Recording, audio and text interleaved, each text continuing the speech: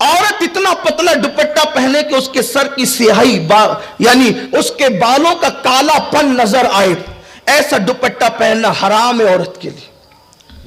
عورت کے لیے پابندی یہ ہے۔ بات عورتوں کی نکلی تو اس کر رہا ہوں، میں نے اپنے عنوان کو شاید شروع بھی نہیں کیا، آپ کی توجہ میری طرف، شاید میں بہت دنوں کے بعد چالیسگاؤں حاضر ہوا ہوں، مصروفیتیں آپ کی دعاؤں سے بڑھ گئی ہے، کئی بار احباب نے مجھے مدعو کیا لیکن نہیں آ سکا، لیکن موسیٰ قادری سرکار کا کرم ہوا اور آج آپ ایک ساتھ بیٹھ کر محبت رسول کا جو ہے وہ ذکر کر رہے ہیں۔ لیکن توجہ کریں، تھوڑی دیر دل اور کان لگا کر گفتگو سنیں، اب کوئی اٹھ ٹھک بیٹھک نہ کرے۔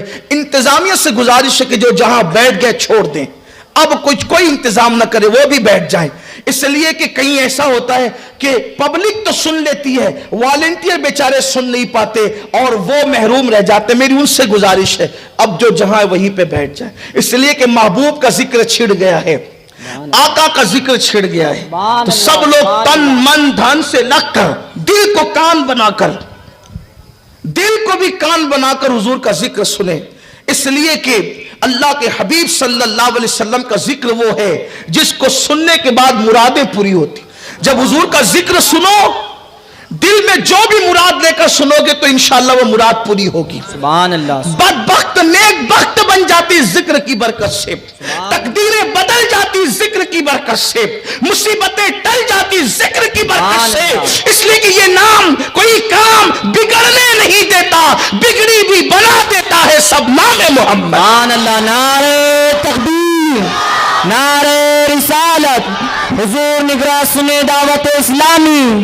یہی نام ہے کہ یونس علیہ السلام نے مچھلی کے پیٹ میں لیا تو اللہ نے یونس کو مچھلی کے پیٹ سے نجات عطا فرما دی۔ یہی وہ نام ہے کہ جو نام نوح نے کشتی میں لیا تو اللہ نے کشتی کو کنارہ عطا کر دیا۔ یہی وہ نام ہے جب جناب موسیٰ نے دریا میں لیا تو اللہ نے دریا میں رستے پیدا کر دیے۔ یہی وہ نام ہے آدم علیہ السلام نے دعا کے وقت لیا تو اللہ نے 200 سال کے بعد حضرت آدم کی دعا کو قبول فرما لیا۔ سبحان اللہ۔ سبحان آنکھوں کا تارا نام محمد، دل کا اجالا نام محمد، رکھو لحد میں جس کا عزیز ہو پڑھ کر سنانا نام محمد۔ پوچھے گا مولا لایا ہے کیا کیا، میں یہ کہوں گا نام محمد۔ پڑھتی درودیں دوڑے گی ہورے، پڑھتی درودیں دوڑے گی ہورے، لاشا جو لے گا نام محمد، آنکھوں میں آ کے دل میں سما کر رنگت رچا جا نام محمد، اور اپنے جمیل رضوی کے دل میں آ جا سما جا نام محمد۔ سبحان اللہ۔ سبحان اللہ۔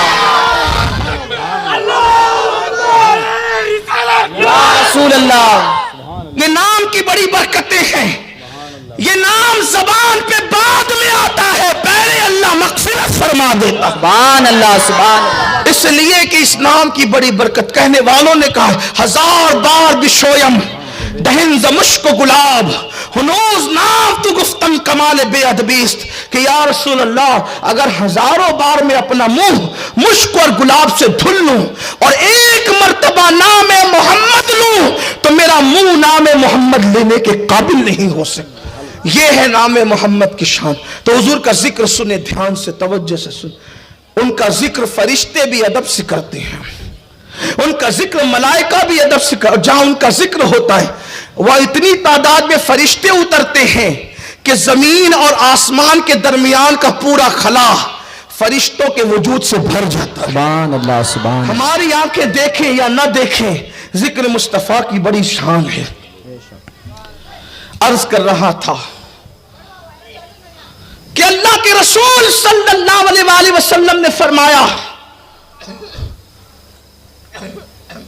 کہ کپڑے پہن کر ننگی رہنے کا مطلب یہ ہے کہ اتنے باریک اور پتلے لباس پہنتی ہوگی کہ کپڑے پہن کر بھی جسم نظر آتا۔ عورت اگر ایسا دوپٹہ پہنے جس سے اس کے بال کی سیاہی نظر آتی ہے تو ایسا دوپٹہ عورت کے لیے حرام ہے۔ اگر ایسا پتلا دوپٹہ پہنے کہ بال کی کالک اور سیاہی نظر آئے تو یہ حرام ہے۔ جو دوپٹے ہی نہیں اوڑھتی ان کا انجام کیا ہو؟ جو عورتیں دوپٹے ہی نہیں اوڑھتی ان کا انجام کیا ہوگا؟ اور جن کے گھر کی عورتیں نہیں دوپٹے اوڑھتی اور مرد اس کو دوپٹہ اوڑھنے کے لیے نہیں کہتے، سالن میں نمک زیادہ ہو تو مارتے ہیں، سالن میں نمک زیادہ ہو تو گالیاں دیتے ہیں، سالن میں نمک زیادہ ہو تو طلاق کی دھمکی دیتے ہیں، بعض بدبخت تو طلاق تک دے دیتے ہیں۔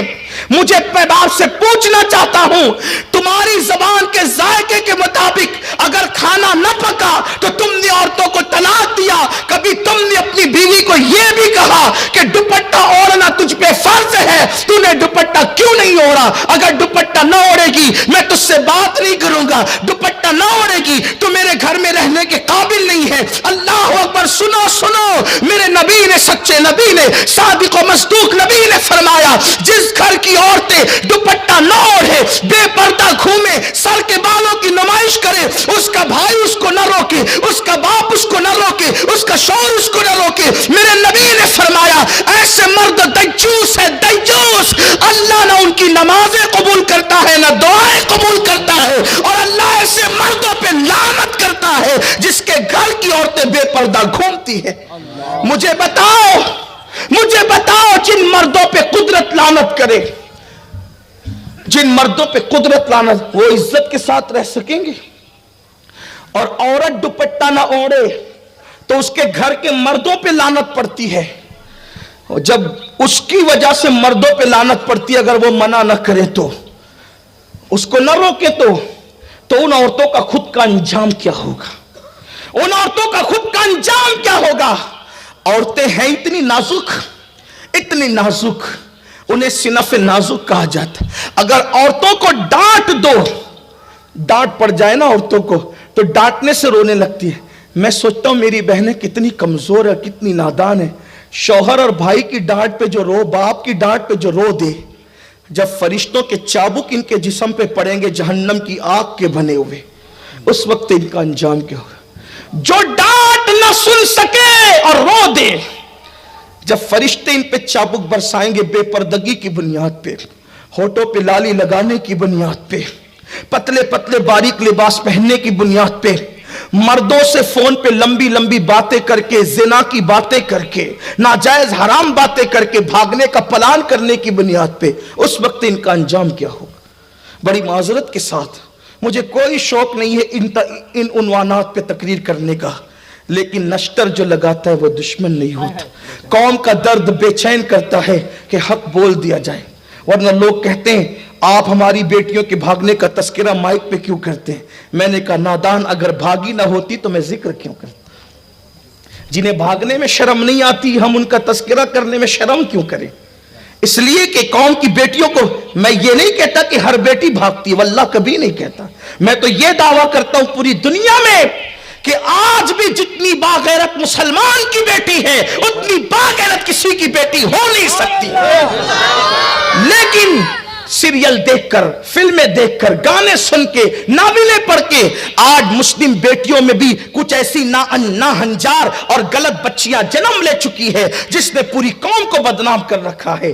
ہر دن کسی نہ کسی اخبار میں، ہر دن نیوز چینلوں پر مسلم بیٹیوں کے بھاگنے کی داستان آتی ہے، لیکن یاد رکھنا اس کے ذمہ دار بھی صرف وہ بیٹیاں نہیں ہیں، ہم بھی ہیں، کیونکہ ہم نے اپنی بیٹی کو سیریل دکھا کر تو پالا، ہم نے اپنی بیٹی کو سیدہ فاطمہ کی سیرت کبھی نہیں سنائی، ماں عائشہ صدیقہ کی زندگی کبھی نہیں سنائی۔ اللہ اکبر! ہم نے تو اپنی بچیوں کو گناہ اور جرائم دکھائے فلموں کی شکل میں، لیکن ہم نے تقوی اور پرہیزگاری کی باتیں کبھی نہیں بتائی۔ وجہ یہی ہے قوم کی بچیاں بگڑتی چلی گئی، قوم کی بچیاں دین سے دور ہوتی چلی گئی۔ تو آئیے بات بہت دور نہ چلی جائے، میں دو جملے کہہ کر اپنی بات کو پھر اپنے عنوان کی طرف لے کر چلتا ہوں۔ میں اپنی قوم کی ان بیٹیوں سے، ماؤں سے، بہنوں سے گزارش کرتا ہوں، میری بہنوں، اللہ کے عذاب کو دعوت مت دو، اللہ کے غضب کو دعوت مت دو۔ دنیا کا بڑے سے بڑا طاقتور انسان کوئی بھی اس قابل نہیں ہے جو اللہ کے عذاب کو برداشت کر سکے۔ اللہ کے عزت کی قسم، اگر میرا اللہ اپنے عذاب کو کسی پہاڑ پر ڈال دے تو پہاڑ بھی اللہ کے عذاب کو برداشت کرنے کی طاقت نہیں رکھتا۔ سوچو تو صحیح، جو پہاڑ اللہ کا عذاب برداشت نہیں کر سکتا، ہمارا یہ کمزور جسم اللہ کے عذاب کو کیسے برداشت کر سکتا ہے؟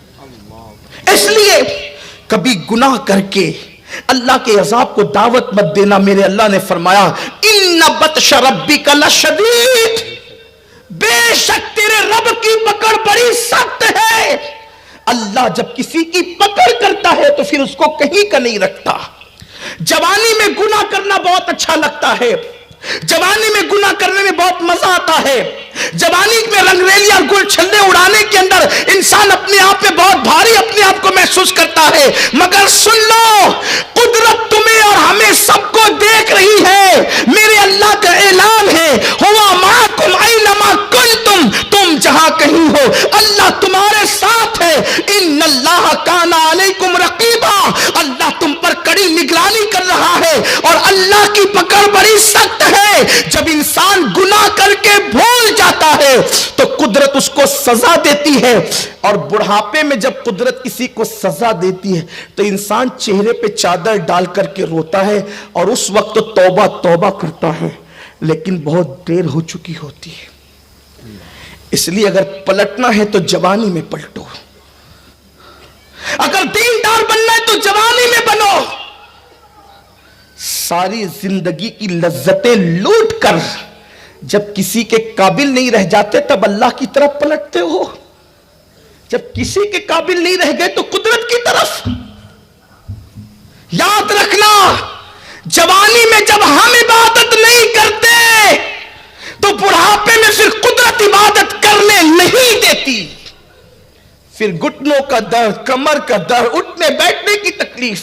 مگر ہاں, جن لوگوں نے جوانی میں عبادت کی اور بڑھاپے میں بیمار ہو گئے, گھٹنے میں تکلیف ہر آدمی کو ہو سکتی ہے, بڑھاپے کی وجہ سے کمر میں تکلیف ہر آدمی کو ہو سکتی ہے, بیماری ہر آدمی کو ہو سکتی ہے. تو ایسے موقع پر جو شخص جوانی میں عبادت کرتا تھا لیکن جب بوڑھا ہو جاتا ہے اور عبادت کے قابل نہیں رہ جاتا, بہت کم سے کم عبادت کرتا ہے اور اس کی عبادت کم کم اللہ کی بارگاہ میں پہنچتی ہے, تو اللہ علم عالم الغیب والشہادہ ہے, وہ غیب کا جاننے والا ہے, وہ اپنے فرشتوں سے پھر بھی پوچھتا ہے, فرشتوں بتاؤ یہ بندہ تو بہت پہلے عبادت کرتا تھا, ابھی اس کی عبادتیں کم کیوں ہو گئی؟ وہ فرشتے کہتے مولا تو بہتر جانتا ہے, یہ پہلے جوان تھا, طاقتور تھا, قوت والا تھا, مولا اب یہ بوڑھا ہو گیا ہے, کمزوری کی وجہ سے کر نہیں پاتا. تو اللہ فرماتا ہے مجھے اپنی عزت کی قسم, یہ جوانی میں کثرت سے کرتا تھا اور بڑھاپا میں نے دیا ہے, کمزوری کی وجہ سے کر نہیں پا رہا ہے یا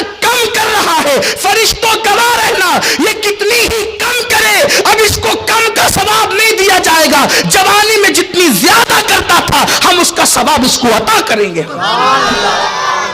میرے پیارے آقا صلی اللہ علیہ وسلم کے دیوانوں, اس لیے اللہ کی عبادت کی طرف آؤ, سوڑو, سدرو, پلٹو.